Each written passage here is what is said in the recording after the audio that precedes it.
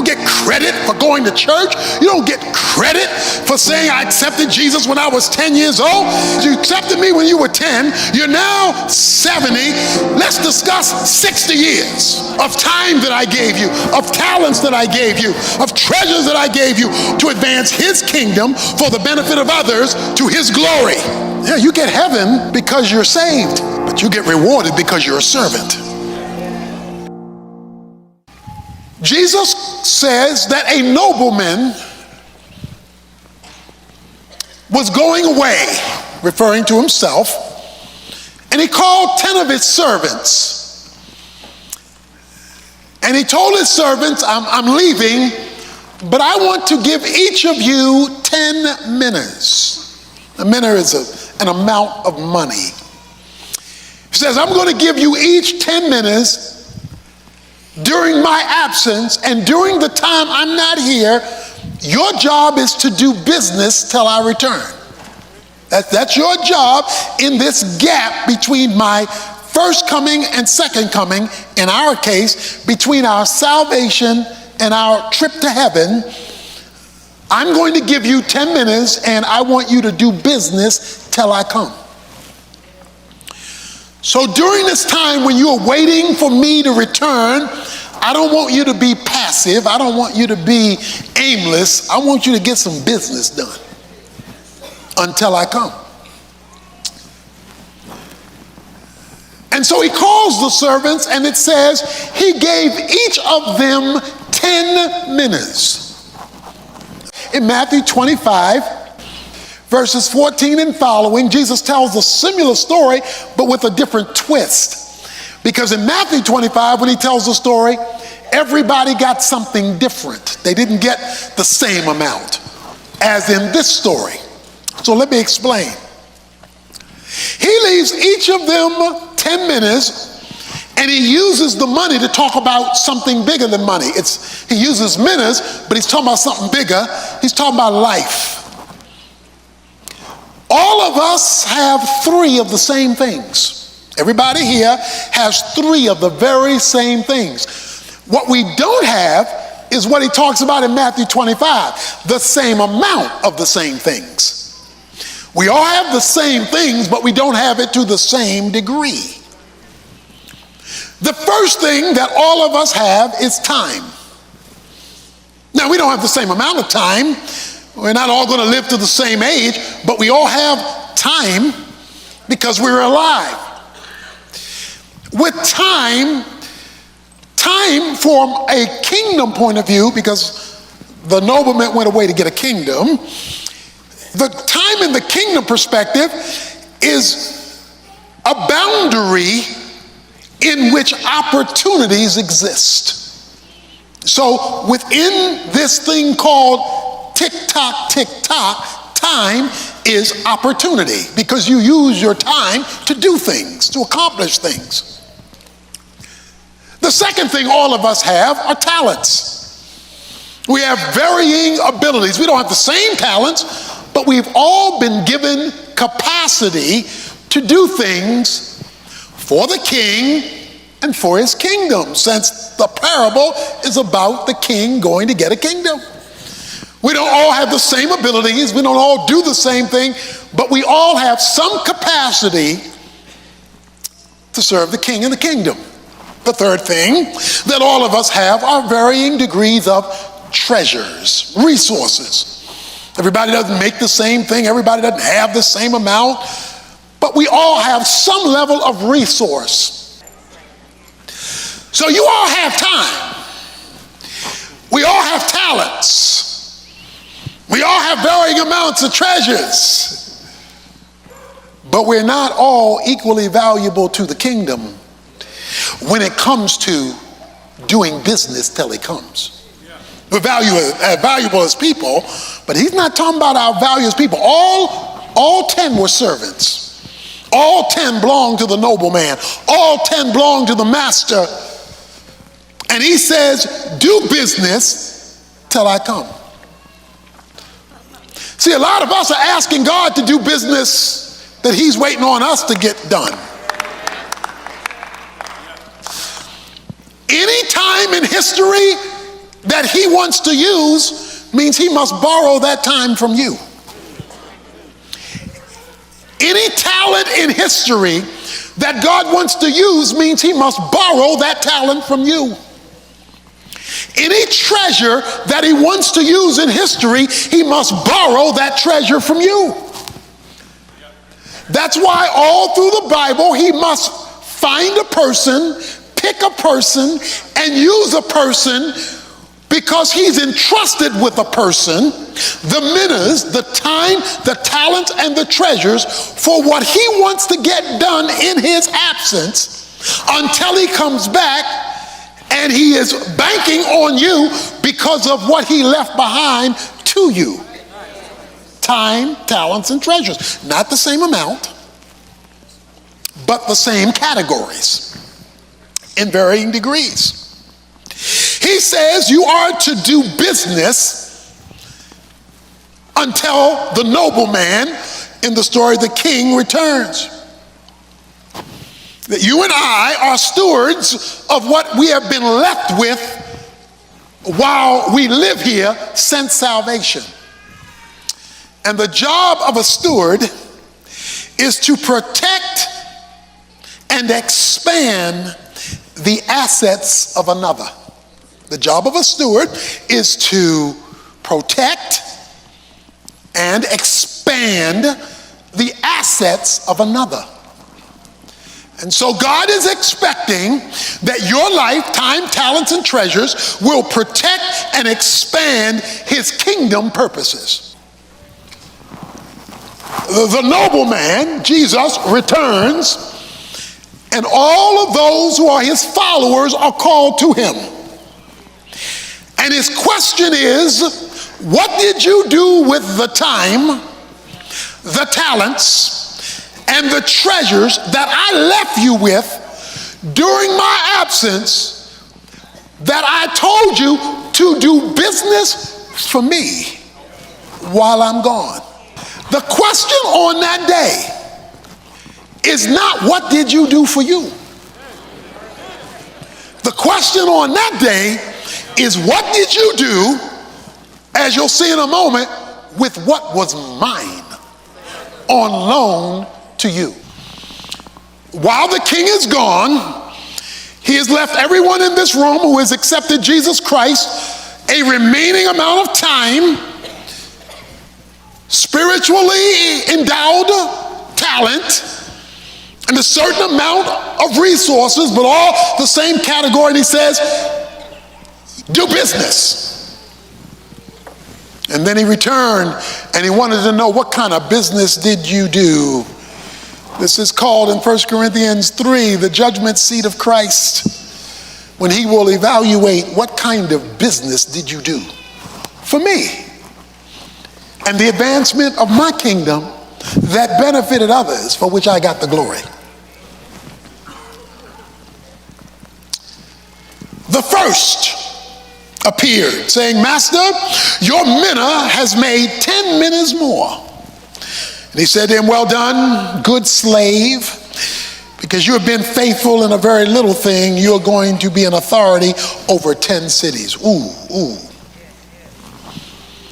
When the master, the king, came back, he called the first guy. He said, now I gave you 10 minas, show me what you got. He says, Master, you gave me 10 and I made 10 more. In other words, Master, there's 100% return. I'm not just giving you back what you gave. I'm doubling what you gave me. Now here's 10 more. I expanded what you gave me. The response of the master was accolades. Well done, my good and faithful servant. I am going to put you over 10 cities. Please notice something. The reward was consistent with the expansion. Heaven is participating in God's rule and being given responsibilities commensurate with your investment of your life during this interim period. We're told next that the second guy comes. And the second guy says, Master, I got 5. The master says, you are over 5 cities. Notice what he didn't say. Well done. He only said well done to the first guy because the first guy maximized the opportunities. Second guy was half-stepping. He doesn't get a well done. In other words, he could have done more, but he didn't. He was 50% there. And so he did not get accolades. It's like a person at work who goes over and above and the person at work who just does the basics. But he does get recognition in terms of a reward. He gets 5 cities, note, that is commensurate with his action. And so he comes and he holds account these 2. But then we're introduced to homeboy number 3. Another came saying, Master. Oh, now he talking right. He talking right. He's talking like a committed follower. He says masters. Like folk in church hollering out Jesus.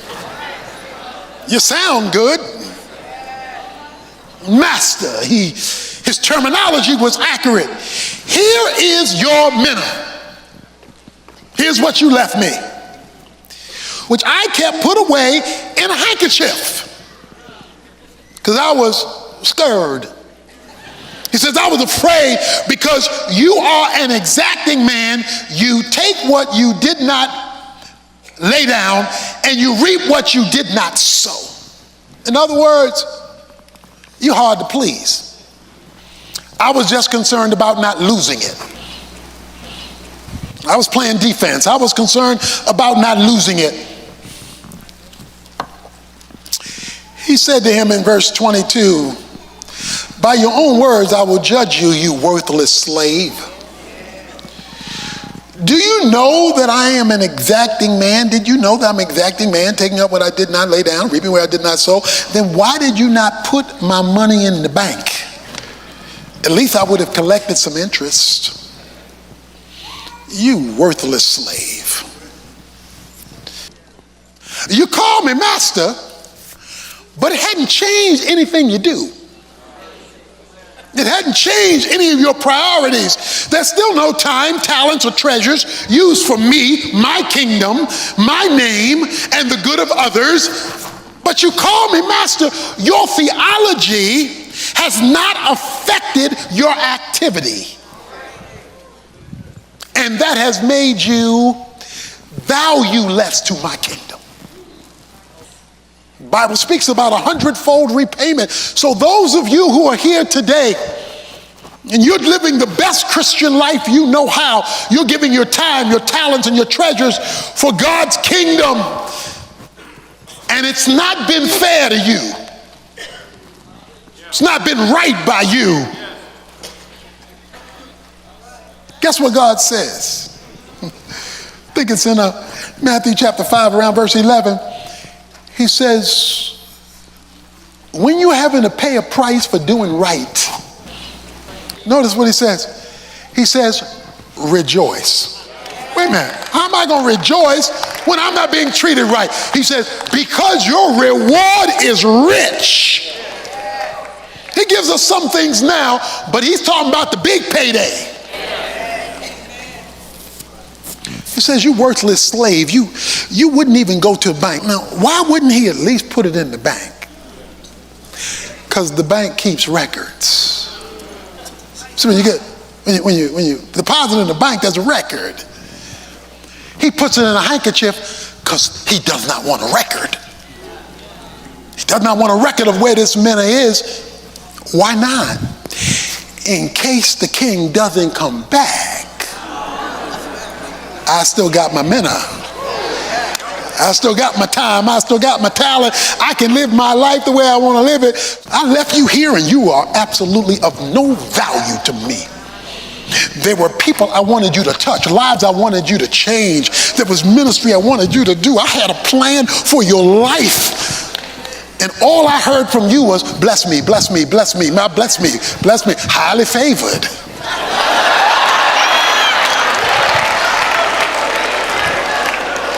Blessed and highly favored. Says, you worthless slave.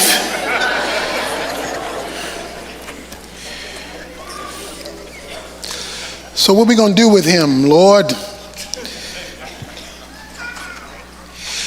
He says in verse 24, tell the bystanders to take the minutes away from him and give it to the one who has the 10 minutes.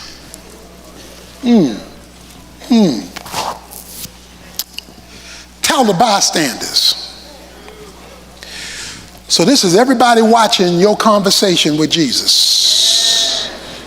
This is all the other Christian friends that you knew who looking at your evaluation and your accountability and watching Jesus call you worthless.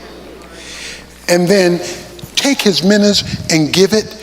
Let's give a bonus to the one who did 10. We're going to give them a bonus. See, because there are a few people here who not only going to get the 10 minutes, they're going to get the bonus. And the bonus will be God taken from you and given to them so that you wind up in heaven with less.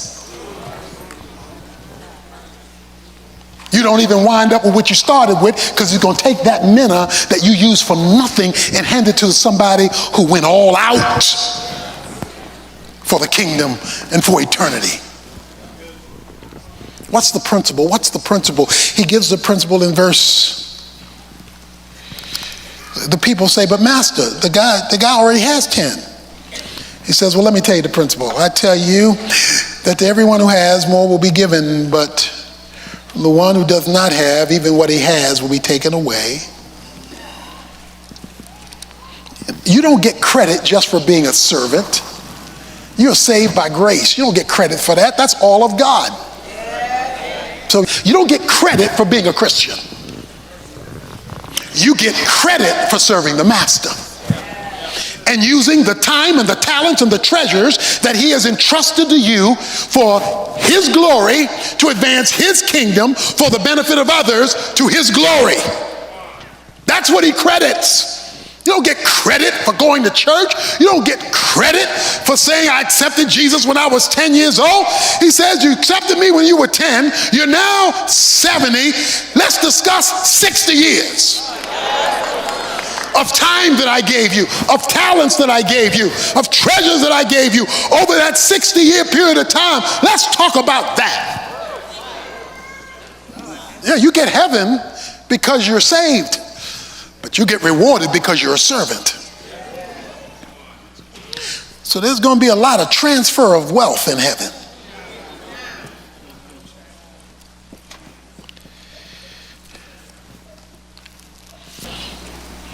See, this story guy didn't take the king seriously. They didn't live in light of his return. He didn't live in light of his return. God wants every day that you get up, I get up, and we all fall short in this, me too, but as a pattern, he wants when we get up in the morning to live in light of his return.